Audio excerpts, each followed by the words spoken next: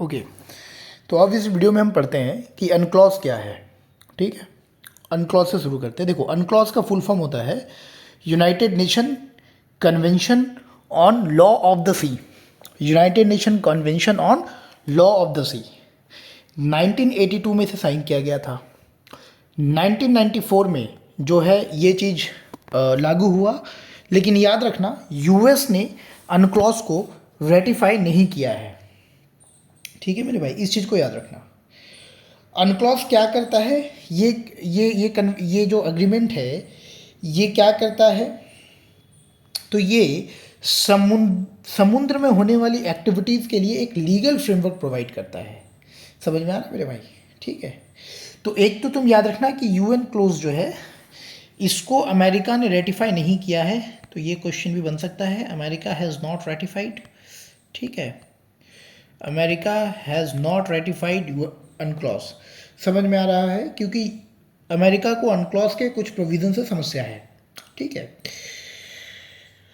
और अनक्लॉज करता क्या है, तो ये मैरीटाइम एक्टिविटीज़ के लिए एक लीगल फ्रेमवर्क देता है कि भाई आप जो है, देखो आप ज़मीन में क्या कर रहे हो वो तो आपके कॉन्स्टिट्यूशन का मामला है, लेकिन आप समंदर में क्या कर रहे हो, अब समंदर तो किसी एक देश का नहीं हो सकता, समंदर तो सबका है, तो उसके लिए एक इंटरनेशनल फ्रेमवर्क देता है जिसको ना ही यूएस मानता है और ना ही चाइना मानता है। ठीक है, उसके बाद 1982 में जो है ये साइन होता है, 1994 में लागू होता है। अनक्लॉज जो है फ्रीडम ऑफ नेविगेशन गारंटी करता है। इस अनक्लॉज के तहत जो है आप समंदर में फ्रीली नेविगेट कर सकते हो, आपको कोई रोकेगा नहीं, कोई टोकेगा नहीं, एज लॉन्ग एज आप पीसफुल पर्पज़ के लिए, मतलब अभी हम लोग आगे समझेंगे एनीवे। तो अभी समझो अनक्लॉज क्या करता है, फ्रीडम ऑफ नेविगेशन को गारंटी करता है। उसके बाद अनक्लॉज अगर कोई डिस्प्यूट होता है तो उसके लिए 4 तरीके का डिस्प्यूट रिजॉल्विंग मैकेनिज्म भी अनक्लॉज में है, जिसमें एक है ITLOS, International Tribunal for Law of the Sea, special tribunal भी बनता है, International Court of Justice, Permanent Court of Arbitration. एक एक करके समझ लेते हैं। ITLOS देखो, International Tribunal for Law of the Sea, ये सिर्फ समुंदर में होने वाले डिस्प्यूट को देखता है, नाम से ही पता चल रहा है ये सिर्फ समंदर में होने वाले डिस्प्यूट को देखता है। इसकी हेडक्वार्टर जो है वो जर्मनी के हैम्बर्ग में है, वो जर्मनी के हैम्बर्ग में है। इसमें टोटल 21 इंडिपेंडेंट जजेस होते हैं, जिसमें से एक जज भारतीय भी है, नीरू चड्डा, और उनका टर्म 2026 में ख़त्म होने वाला है। चूँकि इन जजेस का जो टर्म होता है वो 9 सालों का होता है, तो इनका टर्म 2017 में चुन के आई थी, 2026 में ख़त्म होगा। ठीक है, ये हो गया। उसके बाद अगर मामला ITLOS में अटक जाता है, नहीं होता है, तो स्पेशल ट्राइब्यूनल का भी प्रोविजन है अनक्लॉज के एनेक्स 7 में स्पेशल ट्राइब्यूनल का भी जो है प्रावधान है। उसके बाद मामला इंटरनेशनल कोर्ट ऑफ जस्टिस में भी जा सकता है, लेकिन international Court of justice marine dispute के साथ साथ अन्य डिस्प्यूट्स को भी देखती है, बॉर्डर डिस्प्यूट को देखती है, इमिग्रेशन डिस्प्यूट को देखती है, तो अन्य डिस्प्यूट को भी जो है इंटरनेशनल कोर्ट ऑफ जस्टिस देखती है। फिर एक है permanent Court of arbitration. Permanent Court of arbitration बहुत ही पुरानी संस्था है, याद रखना इन चारों में सबसे पुराना क्या है, परमानेंट कोर्ट ऑफ आर्बिट्रेशन है। 1899 में इसको बनाया गया था और ये नीदरलैंड के हैग शहर में है। और परमानेंट कोर्ट ऑफ आर्बिट्रेशन के फैसले के अगेंस्ट, मान लो इंटरनेशनल कोर्ट ऑफ जस्टिस में फैसला आया, आप परमानेंट कोर्ट ऑफ आर्बिट्रेशन चले गए, लेकिन परमानेंट कोर्ट ऑफ आर्बिट्रेशन के फैसले के अगेंस्ट का आप कहीं पे अपील नहीं कर सकते। और चाइना तो परमानेंट कोर्ट ऑफ आर्बिट्रेशन के रूलिंग को भी नहीं मानता। ठीक है, अभी हम लोग आगे पढ़ेंगे। तो परमानेंट कोर्ट ऑफ आर्बिट्रेशन भी ब्रॉड डिस्प्यूट को देखता है, तो ITLOS सिर्फ सी डिस्प्यूट को देखता है, लेकिन PCA जो है वो एक ब्रॉडर डिस्प्यूट को देखता है, इंक्लूडिंग सी डिस्प्यूट। इस चीज़ को याद रखना। उसके बाद इंटरनेशनल सीबेड अथॉरिटी क्या है? इंटरनेशनल सीबेड अथॉरिटी, देखो इंटरनेशनल सीबेड अथॉरिटी क्या कहती है कि भाई अगर आप मान लो आप समुंदर के नीचे से आपको मिनरल्स निकालना है, समुंदर के नीचे से आप जो है कुछ आप माइनिंग करना चाहते हो, आप एक्सप्लोर करना चाहते हो, तो वैसी स्थिति में आपको हमसे आके परमिशन लेनी पड़ेगी। ये कौन कहता है? ये कहता है इंटरनेशनल सीबेड अथॉरिटी। समझ में आ रहा है हर्ष? ठीक है, चीज़ों को समझना, समझोगे तो मज़ा भी आएगा, समझ भी आएगा। ठीक है, तो ये चीज़ें हैं। तो इंटरनेशनल सी बोर्ड अथॉरिटी को 1994 में इस्टेब्लिश किया गया था और इसकी हेडक्वार्टर जो है वो जमाइका में है, जमाइका के किंगस्टन शहर में है। एनीवे तो ये सारी चीज़ें तुमको समझ में आ गया। ITLOS क्या होता है, इंटरनेशनल सी बोर्ड अथॉरिटी क्या होता है, परमानेंट कोर्ट ऑफ आर्बिट्रेशन क्या होता है, अनक्लॉज क्या है। जरा इस चीज़ को देखो, अनक्लॉज क्या कहता है। देखो ये तो आपका ज़मीन है, ये तो आपका लैंड है, ठीक है। लैंड में हमने एक बेस लाइन बना दिया, ठीक है, बेस लाइन है जहाँ से आपका समुद्री पानी शुरू होता है। एक ज़मीन में समुद्री पानी आपका जहाँ से शुरू होता है वहाँ से 12 नॉटिकल माइल तक आपका टेरिटोरियल सी है। अच्छा एक चीज़ देखो, अनक्लॉज जो है ना वो मरीन समुद्र को 5 भागों में बांटता है। एक तो इंटरनल वाटर, इंटरनल वाटर किसको कहते हैं, एक सेकेंड, ये वाला जो पोर्शन है ना इसको इंटरनल वाटर कहते हैं। तो मैं IW लिख रहा हूँ, इस पोर्शन को इंटरनल वाटर कहते हैं, जो कि बेसिकली ज़मीनी होता है, वहाँ पे समंदर का पानी जस्ट टच कर रहा होता है, तो उसको इंटरनल वाटर कहते हैं, ठीक है। तो अनक्लॉज जो है वो 5 भागों में बांटता है। एक तो इंटरनल वाटर 1, टेरिटोरियल सी 2, contiguous zone 3, exclusive economic zone 4 और हाई सीज 5। समझते हैं इन चीज़ों को। अनक्लॉज कहता है कि देखो ये जो इंटरनल वाटर है ना भाई, इस इंटरनल वाटर में आपको वही अधिकार है, जो आपके ज़मीन में अधिकार है। अर्थात जो आपके कानून ज़मीन पे लागू होते हैं, आपके जो कॉन्स्टिट्यूशन ज़मीन पे लागू होते हैं, वही आपके इंटरनल वाटर पे भी लागू होंगे। इंटरनल वाटर क्या है, बेसिकली जहाँ पे समंदर, मान लो तुम दीघा चले गए तो दीघा में जो समंदर जो छू रहा है जस्ट, ठीक है, तो वो इंटरनल वाटर है। समझ में आ रहा है। उसके बाद एक बेसलाइन बना हुआ है, बेसलाइन से जहाँ से डीप सी, जहाँ से समंदर बेसिकली जहाँ से गहराई शुरू होती है, डीप सी, ठीक है, बेसलाइन, वहाँ से 12 नॉटिकल माइल तक, 12 नॉटिकल माइल तक जो है तुमको टेरिटोरियल सी कहा जाता है। उस एरियाज को 12 नॉटिकल माइल तक टेरिटोरियल सी कहा जाता है। अब टेरिटोरियल सी में भी आपको वही अधिकार मिलते हैं जो आपको ज़मीन में अधिकार मिलते हैं। मान लो कि समुंदर में तुम गया, दीघा से जहाज़ लिया और 12 नॉटिकल माइल जा करके तुमने किसी को मर्डर कर दिया, तो तुम पे IPC सेक्शन 302 लगाया जाएगा। मतलब कि भारत का कानून तुम पे लागू होगा 12 नॉटिकल माइल तक। तो जो अधिकार तुमको लैंड पे मिलता है वही टेरिटोरियल सी में भी मिलता है। तो बोलोगे भैया फिर फ़र्क क्या है, इंटरनल वाटर पे भी और टेरिटोरियल सी में भी तो सेम अधिकार है, तो क्यों ना पूरा को ही टेरिटोरियल सी या पूरा को इंटरनल वाटर माना जाए 12 नॉटिकल माइल तक। देखो फ़र्क ये है कि मान लो कि अमेरिका से या कोई भी दूसरे देश से कोई एक जहाज़ आ रहा है जो कि पीसफुल जहाज़ है, मतलब उसको बस गुजरना है, वो तुम पे अटैक करने नहीं आ रहा है, ना ही बम बारूद लेके आ रहा है, ठीक है। मान लो कोई मालवाहक है, माल जहाज़ है, उसको देखो, माल जहाज़ ऐसी जहाज़ जिसका मिलिट्री से कोई लेना देना नहीं है, मतलब उसके ऊपर ना कोई मिलिट्री है, ना कोई बम बारूद है, और ना ही वो लड़ाई के मामले से आ रहा है, उसको बस गुजरना है, वैसे को हम कहते हैं इनोसेंट फ्लीट या इनोसेंट पैसेज। तो अगर किसी इनोसेंट पैसेज को तुम्हारा इंटरनल वाटर से होकर गुजरना है या डॉक करना है तो तुम्हारे सरकार की परमिशन लेनी पड़ेगी। लेकिन टेरिटोरियल सी से अगर उसको गुजरना है तो उसको तुम्हारे सरकार से परमिशन लेनी नहीं पड़ेगी, बस इतना फ़र्क है, वो गुजर सकता है। इसी चीज़ को हम कहते हैं फ्रीडम ऑफ नेविगेशन, ठीक है। उसके बाद फर्दर यहाँ से टेरिटोरियल सी से फर्दर अगर तुम 12 नॉटिकल माइल जाओ तो तुमको मिलता है कॉन्टिग्यूअस जोन। अब कॉन्टिग्यूअस जोन में क्या है कि भाई यहाँ पे भारत सरकार के, अगर हम भारत का एग्जांपल लें तो भारत सरकार के बहुत ही लिमिटेड कानून लागू होंगे, सारे कानून लागू नहीं होंगे, बहुत ही लिमिटेड। जैसे कि कस्टम के कानून लागू होंगे, जैसे कि इमिग्रेशन के कानून लागू होंगे, जैसे कि पॉल्यूशन के कानून लागू होंगे। अब मान लो कॉन्टिग्यूअस जोन में आकर के कोई दूसरे देश का जहाज पॉल्यूशन कर रहा है, तेल फेंक रहा है, ऑयल स्पिल कर रहा है, तो वैसी स्थिति में तुम उसको पॉल्यूशन का कानून अपना लगा सकते हो। तो बहुत ही लिमिटेड कानून कॉन्टिग्यूअस जोन में लागू होंगे। समझ में आ रहा है।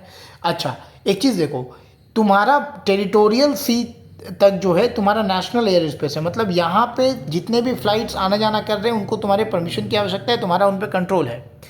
लेकिन उसके बाद टेरिटोरियल सी के बाद इंटरनेशनल एयर स्पेस चालू हो जाता है, मतलब कि वहाँ से कोई भी जहाज उड़ान भर सकता है, उसमें तुम कुछ नहीं कर सकते। समझ में आ रहा है मेरे भाई। अब हम बात करते हैं एक्सक्लूसिव इकोनॉमिक जोन की। देखो तुम्हारा बेस लाइन से 220 नॉटिकल माइल, सॉरी 220 बोल रहा हूँ, sorry 200 nautical mile, 200 nautical mile तक जो है तुमको मिलता है एक्सक्लूसिव इकोनॉमिक जोन। मतलब कि तुम्हारे बेस लाइन से 200 नॉटिकल माइल तक मिलने वाली सारी रिसोर्सेज, चाहे वो तेल हो, ऑयल हो, मछली हो, जो भी हो, वो सब पे तुम्हारा अधिकार है, उसको कोई और तुम्हारे बिना परमिशन के एक्सप्लॉइट नहीं कर सकता। ठीक है, तो यही चीज़ हो रहा है ना कि चाइना जो है वो 9-9 के भीतर उसका जितना इलाका वो दिखा रहा है उसमें कई सारे इलाके तो दूसरे देश के एक्सक्लूसिव इकोनॉमिक जोन के भीतर आ जाते हैं। ठीक है, उसके बाद आता है हाई सीज। उसके बाद क्या आता है मेरे भाई, हाई सीज। अब हाई सीज जो है ये सबका है, इसमें तुम्हारा अकेले का नहीं, ये सबका है। ठीक है, तो हाई सीज जो है ये इंटरनेशनल वाटर है, इस पर तुम अपना सॉवरेंटी, अपना आधिपत्य नहीं दिखा सकते, ना जमा सकते हो। समझ में आ रहा है? This is called high seas. तो इस तरीके से जो है अनक्लॉज 5 भागों में बांटता है। तो अनक्लॉज के बारे में अगर तुमको लिखना हो तो तुम इस डायग्राम की मदद से समझा सकते हो। समझ में आ रहा है चीज़ों को मेरे भाई? ओके, तो हमने अनक्लॉज को कवर किया। अब हम आते हैं एनरिका लेक्सी केस को पढ़ते हैं। एनरिका लेक्सी केस 2012। एनरिका लेक्सी केस क्या है? एनरिका लेक्सी एक इटालियन शिप है जो कि भारत के केरला कोस्ट से होकर गुजरती है, और जब वो केरला कोस्ट से होकर गुजरती है तो वहाँ पे एक इंडियन बोट होती है, मतलब मछुआरे की जो बोट होती है वो उसमें तो बेसिकली एनरिका लेक्सी ये जो जहाज़ है इसमें 2 नेवी के ऑफिसर भी होते हैं जो कि आर्म्ड होते हैं, उनके पास बंदूक होता है, उनके पास क्या होता है, गन होते हैं, बंदूक होते हैं। और जब वो केरला के कोस्ट से गुजरती है तो इंडियन बोट को जो मछुआरे होते हैं वहाँ पे, उनमें एक इंडियन बोट जो है वो एनरिका के सामने आती है। तो वो जो इटालियन जो नेवी ऑफिसर्स थे उनको लगता है ये पायरेट्स हैं, मतलब ये लुटेरे हैं, समुद्री लुटेरे हैं, और वो गोली चला देते हैं। और जब वो गोली चला देते हैं तो मछुआरे की मौत हो जाती है। तो अब ये जो घटना होता है, ये घटना कहाँ पे होता है? ये भारत के कोस्ट से 20.5 नॉटिकल माइल की दूरी पे होता है। 20.5 नॉटिकल माइल। अब तुम यहाँ पे आ जाओ, 20.5 नॉटिकल माइल की दूरी पे होता है का मतलब है कि ये घटना कॉन्टिगुअस जोन में होता है। तो सवाल उठता है कि वो जो ऑफिसर्स थे उनका प्रोसिक्यूशन कौन किया जाए, मतलब उनका प्रोसिक्यूशन राइट किसके पास है? भारत के पास है कि इटली के पास है उसका प्रोसिक्यूशन राइट? ठीक है, तो एनरिका लेक्सी केस में जो मेन मुख्य इशू था वो था प्रोसिक्यूशन को लेकर के राइट। समझ में आ रहा है? समझ में आ रहा है? सॉरी, मैं प्रोसिक्यूशन बोल रहा हूँ, my bad, it should be prosecution. Okay, तो प्रोसिक्यूशन का मतलब होता है अत्याचार करना, प्रोसिक्यूशन का मतलब होता है किसी को कोर्ट में ले जाना। तो प्रोसिक्यूशन का अधिकार, ये स्पेलिंग गलत है, प्रोसिक्यूशन होगा। तो प्रोसिक्यूशन का अधिकार जो है वो किसके पास है? भारत के पास कि इटली के पास? इसी को हम कहते हैं एनरिका लेक्सी केस। अब ये मामला होता है 20.5 नॉटिकल माइल दूर पे, मतलब भारत के कॉन्टिग्यूअस जोन पे। अब मैंने तुमको बताया कि कॉन्टिग्यूअस जोन में जो है बहुत ही लिमिटेड राइट्स होते हैं, मतलब कि कस्टम के, इमिग्रेशन के, पॉल्यूशन के राइट्स होते हैं। अब ये तो एक क्राइम है, मतलब इसमें तो अगर भारत के नज़रिए से देखो तो सेक्शन 302 लगना चाहिए। अब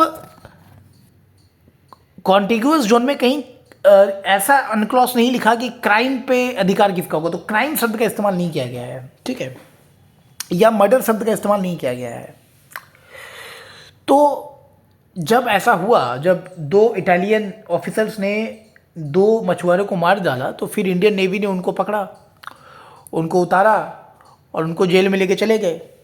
हालांकि कोई उन पर चार्जेस नहीं लगाया, बिकॉज ये बात बहुत ही अनक्लियर थी कि वास्तविक में प्रोसिक्यूशन का अधिकार किसके पास होगा, भारत के पास कि इटली के पास। तो उन पे चार्जेस नहीं लगाया, बट उनको अरेस्ट किया। तो इटली ने कहा कि देखो भाई, आप ऐसा नहीं कर सकते। भारत ने बोला क्यों नहीं कर सकते, ये 20.5 नॉटिकल माइल की दूरी पे हुई है, क्यों नहीं कर सकते हम? तो मामला तो डिस्प्यूट हो गया। अब डिस्प्यूट हो गया तो ये मामला गया तुम्हारे जा कर के ITLOS के पास, International Tribunal for Law of the Sea, वहाँ पे गया। तो वहाँ पे गया तो ITLOS ने मामला को फंसा दिया। उसने कहा कि दोनों देश जो है अपने अब कोई भी कानूनी कार्रवाई नहीं करेगा, इसको अभी रोक दिया जाए। तो ITLOS ने मामला को फंसा दिया। ये आई थिंक ये 2016 की बात है, ठीक है, 2016 में जजमेंट आया था, 2015-16 में। 2019 में फैसला आया परमानेंट कोर्ट ऑफ आर्बिट्रेशन की तरफ से, ठीक है, परमानेंट कोर्ट ऑफ आर्बिट्रेशन की तरफ से फैसला आया 2019 में। और परमानेंट कोर्ट ऑफ आर्बिट्रेशन ने बोला कि चूंकि ये मामला कॉन्टिग्यूअस जोन में हुआ है, आधिकारिक रूप से इटली का अधिकार बनता है, ठीक है, कि इटली जो है उनको ट्रायल करे, इटली उनको जेल पे डाले, वो इटली के कानून पे उन पे लागू होते हैं, भारत का नहीं होता। हालांकि कॉम्पनसेशन भारत के डिमांड पे दिए जाएंगे। तो आई थिंक 1-1 करोड़ या 2-2 करोड़ रुपये दिए गए थे। तो एनरिका लेक्सी केस जो है वो ऑनक्लॉज में मौजूद कुछ वेग प्रोविजंस को दिखाते हैं, कुछ ऐसे प्रोविजन को दिखाते हैं जिसको अलग अलग टाइम पे अलग अलग तौर पे इंटरप्रेट किया जा सकता है। तो अनक्लॉस में एक चैलेंज है। अनक्लॉस का एक तो चैलेंज ये है कि देखो, हिस्टोरिकल राइट्स, जो देश हिस्टोरिकल राइट्स पे समुद्री के किसी क्षेत्र को क्लेम करते हैं, अनक्लॉस उनके बारे में बात नहीं करता, उनके बारे में बात नहीं करता। हालांकि वो कहता है कि हिस्टोरिकल क्लेम्स कर सकता है कोई कंट्री, लेकिन वो हिस्टोरिकल क्लेम्स कितना मजबूत होना चाहिए, क्या क्या सबूत उसके पास होना चाहिए। कोई देश सिर्फ इतना कह दे कि आज से 1000 साल पहले कोई एक राजा हुआ करता था, उस क्षेत्रों को कंट्रोल करता था और उसके आधार पर ये हमारा अधिकार है, ऐसे तो नहीं होगा ना। आपको दिखाना होगा कि आप जो है उस समय से अब तक आप ही जो है इसको सेल कर रहे हो, आप ही इन एरिया को कंट्रोल कर रहे हो, तभी आपका हो सकता है। ऐसा कुछ होना चाहिए प्रोविज़न। तो अनक्लॉज के कुछ कुछ प्रोविजंस जो है ना वो काफ़ी वेग हैं। समझ में आ रहा है मेरे भाई। वैसे ही कॉन्टिग्यूअस जोन में मामला बना तो किसके अधिकारी क्षेत्र में जाएगा ये भी बात नहीं कहता, इसके लिए मामला ये डिस्प्यूट हो जाता है। तो अनक्लॉज का ये एक बड़ा चैलेंज है, इस चीज़ को जो है तुमको याद रखना है, ठीक है। और दूसरी बात है, अनक्लॉज के जो भी रूलिंग्स आते हैं, जैसे कि 2016 में जब फिलीपींस को परेशान कर रहा था चाइना, जो कि अब भी करता है, तो 2016 में फिलीपींस ITOLS में गया। ITOLS ने फिलीपींस के फेवर में फैसला सुनाया, चाइना ने घंटा नहीं माना। तो अगर मैं तुमसे बोलूँ कि चाइना का अच्छा देखो, अगर मैं एक और टॉपिक इसमें जोड़ देता हूँ कि इंटरनेशनल रिस्पॉन्स क्या है। इंटरनेशनल रिस्पॉन्स क्या है, चाइना की जो हरकत है उसमें इंटरनेशनल रिस्पॉन्स क्या है। पहली बात, अनक्लॉज का वायलेशन है। दूसरी बात, ITLOS की रूलिंग को चाइना नहीं मानता, जो कि फिलीपींस वर्सेस चाइना में फिलीपींस के फेवर में आई थी। उसके बाद परमानेंट कोर्ट ऑफ आर्बिट्रेशन ने भी जो है फिलीपींस के फेवर में फैसला सुनाया था, उसको भी नहीं मानता चाइना, ठीक है। उसके बाद जो है तुम कह सकते हो कि तो कहना क्या है, ये मेजर 3 चीज़ें तुमको याद रखना है कि अच्छा। दूसरी बात हमने बताया था ना कि भाई चाइना का चूंकि यूनाइटेड नेशन सिक्योरिटी काउंसिल पे वीटो पावर है, तो जब भी कोई देश यूनाइटेड नेशन सिक्योरिटी काउंसिल में चाइना के खिलाफ बोलता है कि साउथ चाइना सी में ये हो रहा है, चाइना उसको वीटो कर देता है। तो कोई भी रिजोल्यूशन चाइना के अगेंस्ट पास नहीं होता। समझ आ रहा है मेरे भाई। तो इंटरनेशनल रिस्पॉन्स देख लो क्या है ना, ये चीज़ें हैं, ठीक है। तो हमने जो है इतनी चीज़ों को तो कवर कर लिया, राइट, ओके। आगे बढ़ते हैं और क्या है, अब आते हैं सेनकाकू आइलैंड डिस्प्यूट। देखो सेनकाकू आइलैंड क्या है, मैंने तुमको बताया था मैप में कि ईस्ट चाइना सी में, देखो यहाँ थोड़ा आ जाओ, देखो ये ताइवान है, ताइवान के बाद ये ईस्ट चाइना सी है।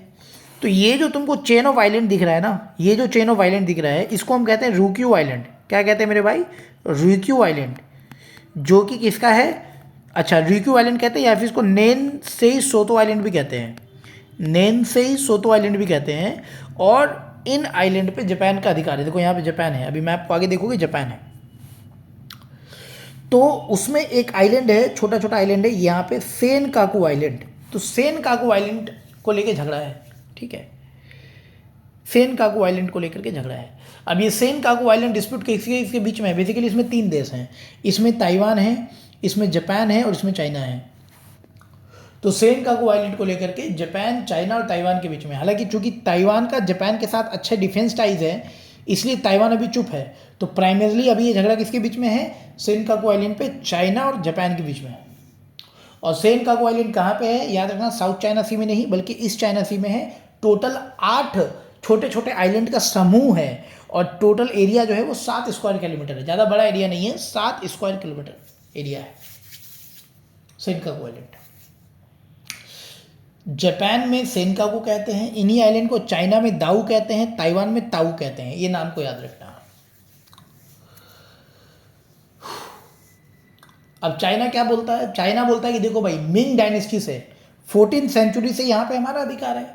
मिंग डायनेस्टी के जो राजा थे वो सेनकाकू आइलैंड पे उनका अधिकार था, चाइना ये कहता है। तो चाइना मिंग डायनेस्टी को दिखाता है, जापान बोलता है हट पगला, 1895 से तो हम इसको कंट्रोल कर रहे हैं, 1895 से तो हम इसे कंट्रोल कर रहे हैं, तो ये तुम्हारे अधिकारी क्षेत्र में कैसे हो गया।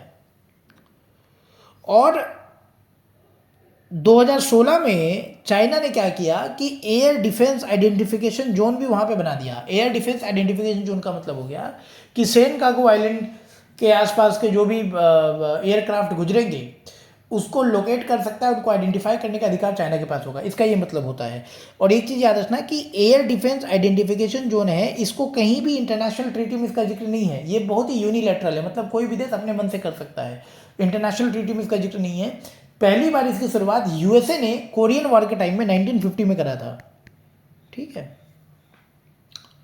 तो तुम चीज़ों को समझ रहे हो ना कि चाइना किस अधिकार पे क्लेम कर रहा है, जापान क्या कह रहा है।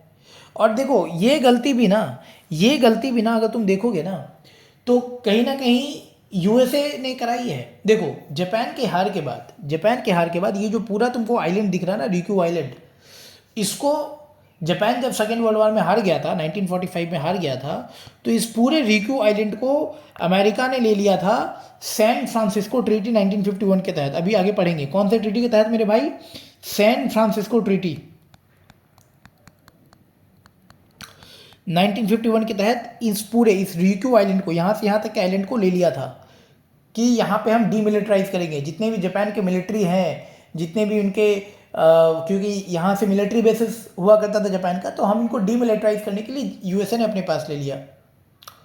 और फिर 1971 में ओकिनावा रिवर्सन एग्रीमेंट, ओकिनावा देखो यहाँ पे ओकिनावा एक आइलैंड है इसके नाम पे, ओकिनावा रिवर्सन एग्रीमेंट के तहत 1971 में जापान को वापस भी कर दिया। लेकिन जब जापान को वापस किया तो सेन काकू को वेग छोड़ दिया। सेन काकू पे यूएसए ने कुछ नहीं कहा कि सेन काकू किसका होगा, तो वापस तो किया लेकिन सेन काकू पे किसका अधिकार होगा यूएसए ने कुछ नहीं कहा। तो यूएसए ने एक झगड़ा का जड़ छोड़ दिया। और फिर उसी सेन काकू पे चाइना भी क्लेम करता है, जापान भी क्लेम करता है सेन काकू आइलैंड। और हमने देखा कि 2016 में एयर डिफेंस आइडेंटिफिकेशन जो चाइना ने बनाया इस तरीके से क्लेम करता है। जापान का हमने क्लेम देखा, चाइना का भी हमने क्लेम देखा। समझ में आ रहा है मेरे भाई। तो सेन काकू आइलैंड के बारे में याद रखना। अब हम आते हैं कुरिल आइलैंड के बारे में बात करते हैं। कुरिल आइलैंड डिस्प्यूट क्या है? कुरिल आइलैंड डिस्प्यूट, अब कुरिल आइलैंड को अगर तुम देखो तो थोड़ा सा हम लोग यहाँ पे पहले इसके मैप में देखते हैं। देखो ये रहा जापान तुम्हारा, ये रहा जापान है ना। जापान के नीचे मैंने तुमको रिकू आइलैंड दिखाया था, फिर यहाँ से जापान शुरू हुआ है। जापान का ये वाला जो पार्ट है इस आइलैंड को हम कहते हैं होकाइडो आइलैंड, ठीक है। तो होकाइडो आइलैंड से ये वाला जो पूरा चेन देख रहे हो इसको हम कहते हैं कुरिल आइलैंड। मतलब कि होकाइडो आइलैंड से कामचातका पेनिनसुला के सदर्न टिप तक ये पूरे चेन को हम क्या कहते हैं, कुरिल आइलैंड कहते हैं। ये कामचातका पेनिनसुला रशिया का है, ठीक है। अब समझना कुरिल आइलैंड क्या करता है। कुरिल आइलैंड सी ऑफ ओखोत्सक और नदर्न पैसिफिक ओशन को बांटता है। तो ज्योग्राफी याद रखना मेरे भाई, समझ में आ रहा है। आगे बढ़ते हैं। तो कुरिल आइलैंड डिस्प्यूट जो है वो जापान और रशिया के बीच में है। जैसे कि सेनकाकू आइलैंड जापान और चाइना के बीच में था, वैसे ही कुरिल आइलैंड जो है जिसको कि कुरिल रशियन कहते हैं, जापानीज इसे नदर्न टेरिटरी कहते हैं। जापानीज क्या कहते हैं इन एरियाज को मेरे भाई, जापानीज इन एरियाज को नदर्न टेरिटरीज कहते हैं। रशिया इसको कुरिल आइलैंड कहता है। समझ में आ रहा है। और साउथ कोरिया इसको डोगडो आइलैंड कहता है। ये जो साउथ कोरिया है ना, ये इसको डोगडो आइलैंड कहता है। ये सारे अपने नोट्स में लिख लेना हर्ष, है ना। डोगडो आइलैंड कहता है। अब देखो क्या है, तो कुरिल आइलैंड में अब देखो क्या है। तो हमने देख लिया कि कुरिल आइलैंड डिस्प्यूट कौन से दो देश के बीच में है, तो जापान और रशिया के बीच में है। झगड़ा के जड़ कहाँ से होता है देखते हैं। तो 1855 में चले जाओ। 1855 में पहली बार जापान और रशिया के बीच में एक ट्रीटी होती है जिसको हम कहते हैं ट्रीटी ऑफ सिमोदा। सिमोदा जापान की एक शहर है, तो ट्रीटी ऑफ सिमोदा 1855 में ये ट्रीटी होती है। और पहली बार जापान जो है वो रशिया के साथ डिप्लोमेटिक रिलेशन बनाता है, ट्रीटी ऑफ सिमोदा। और इस ट्रीटी ऑफ सिमोदा में बात ये होता है, ट्रीटी ऑफ सिमोदा में क्या होता है कि कुरिल आइलैंड के 4 आइलैंड, कुरिल आइलैंड में तो कई सारे आइलैंड है। कुरिल आइलैंड में जो है ना टोटल 56 आइलैंड है। ये जो है ना ये टोटल 56 आइलैंड का एक समूह है। और इन 56 आइलैंड में 100 से ज़्यादा वोल्केनोज हैं। और इन 100 वोल्केनोज में 35 वोल्केनोज तो एक्टिव वोल्केनोज हैं। क्या है, एक्टिव वोल्केनोज है, ठीक है मेरे भाई। अब समझते हैं बातों को। एक सेकंड, थोड़ा पानी पी लो।